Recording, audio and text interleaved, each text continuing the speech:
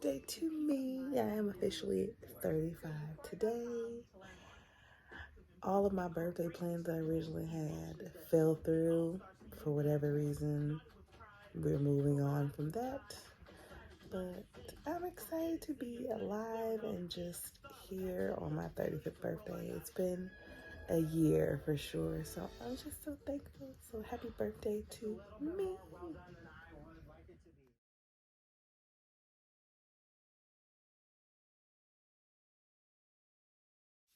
Happy birthday to me. Happy birthday to me. Happy birthday to me. Happy birthday to me. I am 35. Hashtag 35 and alive. Because this year has been so transformational for me, and literally because I am alive. God definitely spared my life because I definitely went through something traumatic when I had my baby girl. If you want to hear about that story, stay tuned. I have a story time telling my birth story that'll be coming up in Vlogtober. So out for that because I will be sharing what happened in details. But when I tell you 35 and alive was like the perfect hashtag, I didn't really hashtag it, but that's something that I've been saying because God, like I said, God literally spared my life. And just thinking back over this year, 35 has just really been something in a good way, It's been a very intentional year, a very good year. So I'm thankful. So hello and welcome back to my channel. I am Shalina B and this is Vlogtober. And today we're gonna sit down, we're gonna chit chat and talk about my birthday recap, talk about what 35 means to me and why this year is special and kind of what's planned, what's next. So hang out, chit chat with me.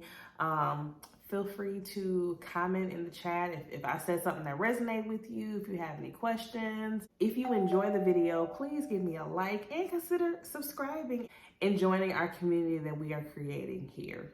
So I recently had my birthday, my 35th birthday. I turned 35 on October 6th. I am a Libra baby. I'm all about those balanced scales. I used to be very indecisive, but I'm pretty decisive now. I love being a Libra. I feel like it's great to have a Libra around. So if you don't have a Libra friend or a Libra partner, you should get you one. So when I look back on 34, before I turned 35, 34 was survival mode. 34, and I guess kind of 33 through 34 was a little tumultuous. My father unfortunately passed away March of 2022 from lung cancer. So he had been battling cancer prior to that in 2021. Several months. I think when he finally got to the hospital, when he got checked out, I feel like they said that he was already at stage 4. So it was a matter of 6 months to a year that he had to live. So he did pretty well with treatments, up until a certain point, but I would say the last 5 or 6 months, he really declined. And then unfortunately he passed. But that was very hard, seeing somebody with a terminal illness, having to help caregive and coordinate caregivers. And, you're grieving somebody before they even are gone on the earth, and then you're trying to take care of business. And it's just a lot that goes into that, trying to get your family together because, you have things that you have to talk about because for some reason, when people are going through things or people are sick, those family traumas and past will come up and you have to talk about them. So, all those things are just so uncomfortable. So I feel like that was something that I was, coming out of after dealing with his illness. And then I had a miscarriage in 2021. And that was very traumatic because I had never been through anything like that. So, that was very traumatic, something that I had to heal from. And then we built a home in 2022. The time between my dad's passing and us moving was 3 days. My dad passed on a Wednesday. We moved in into our new build that Friday. So when I tell you my go mode was in full effect, because I had to organize the movers. The movers had to come to our old house to pack and load up stuff and to the new house. It was snowing that day. I had kids that I had to take care of. Was I pregnant? I was pregnant. Yeah, I was pregnant. If we moved, yep, we moved end of March or beginning of March, and I had the baby in April. So, yep, I was pregnant. The boys were in school, so we had to, orchestrate them going to school and everything with all the changes. So, it was a lot. It was a lot. I had resigned from my 9 to 5, January of 2022. So when I say I was in survival mode, we were just trying to make it. That was just a year of trying to make it. Unfortunately, toward the end of the year, my husband's grandmother passed away. So kind of the beginning of the year, we had death. March, we moved in. April, our boy was born, and then grandmother passed in the end of the year. So it was a lot. Again, just in survival mode. So I feel like after all that happened, 2023 has just been a little lighter, a little more intentional. And I feel like God has put me in a position of pause and of presence. So pausing from the stuff that doesn't matter. I paused a little bit from my coaching business, from the content creation part of my business, to really just focus on my family. And that was really the goal. Be present for your family. Focus on your family because things are changing. Life is moving.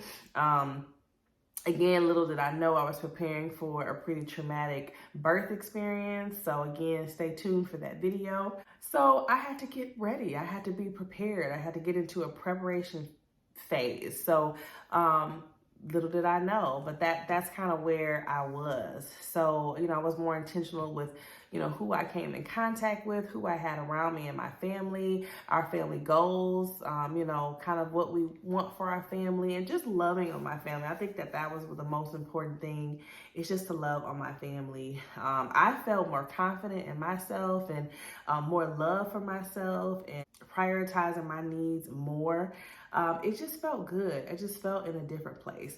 They typically say in your 30s, you go through these changes and you feel more confident and at peace with who you are.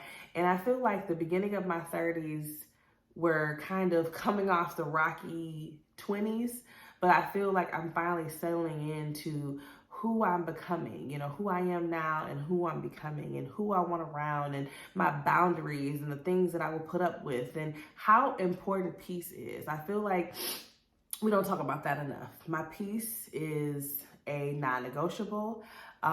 It is too valuable to put anything else above that. So peace for me has been a priority. So I've just been, if you don't bring peace, if you bring, things in my life that is not becoming, I don't want it and I'm going to stay away from it because peace is important. So that's really what this year has been leading up to 35. 35 has also brought this new sense of self, of who am I becoming? I had my baby girl about 8 weeks ago as I'm filming this video, and as you know, when you get pregnant, you go through postpartum, your identity has changed and shifted. And if you have multiple kids, your identity changes and shifts multiple times. As women, I feel like we evolve and we change and we grow and we are reinventing ourselves. So who are we going to be in this season? What are we going to do? What are we going to prioritize? And so I feel like that is where I'm at now at 35. Like who am I to myself? Who am I for my little girl? Who am I for my growing boys? Who am I for my husband? It's just all those questions. Like I want to be the best I can be for myself so I can continue to show up for my family. And now having a girl, I feel like that has changed so much. Because my boys are special in a certain way, but I feel like the protection is so strong with my girl. And I feel like there are so many things that she's going to see in me. I always see the boys looking up to their dad and mirroring their dad, and that's an important role, but that's a very heavy role as well. So I now I'm sitting in that seat, in that driver's seat. Like, my daughter is watching everything that I do. So I am more mindful of how I move and how I show up for myself, because if I don't speak up for myself, if I don't show up for myself, if I am always a strong one and I'm not taking care of myself, she's going to see those things and she's going to emulate that, or may emulate that. Hopefully not, but I don't want her to. So I'm trying to make the right decisions. I'm trying to be intentional. So, she does have that balance, and she's able to make good, sound decisions. She's able to love herself, be confident, know who and who she is, and not settle for less. So those are the things that I am dealing with at this point, continuing to be the best mom I can to my boys so they get the love and nurturing that they need, and making sure that, my daughter, also gets what she needs. So still on that journey, still figuring that out, but that has been, I feel like, the biggest shift, just understanding what my identity looks like in this season. And I also have a strong feeling to really just show up for myself in my business. I had a ebb and flow of just not wanting to do my business as it was, not wanting to do the coaching or content creation because it was draining me. It was taking a lot out of me. So I took a step back, and I didn't know how to come back. I didn't know what I wanted to do. But fortunately, VLOGTOBER idea came to mind. So I've been doing that. So I feel like that has been my new thing, and I've enjoyed it so far. I've been slowly getting back into content creation because I do enjoy that. And I just wanted to make sure that I am always being authentic, showing up as myself. I'm not trying to be somebody else or do what's trendy and cool. Obviously, you want to get views, you want to get likes, you want to put yourself out there, but you don't want negative attention. I don't want the negative attention. So I'm just trying to show up as I can at my own pace, because that's all I know how to do. So that's been a really interesting season. And I'm curious, in the comments, let me know, what season are you in? Do you feel like you're in a season of pause? Are you, in your purpose season? Are you in your preparation season? Are you just being present and in the moment? Are you in your positioning season? What season do you find yourself in at this point? Let me know in the comments. Tell me, how's the season been going? Let me know what you're learning about yourself in this season. So I tried to capture some important moments from my birthday. It didn't go as planned. The things that I had planned, the things that were planned, all fell through.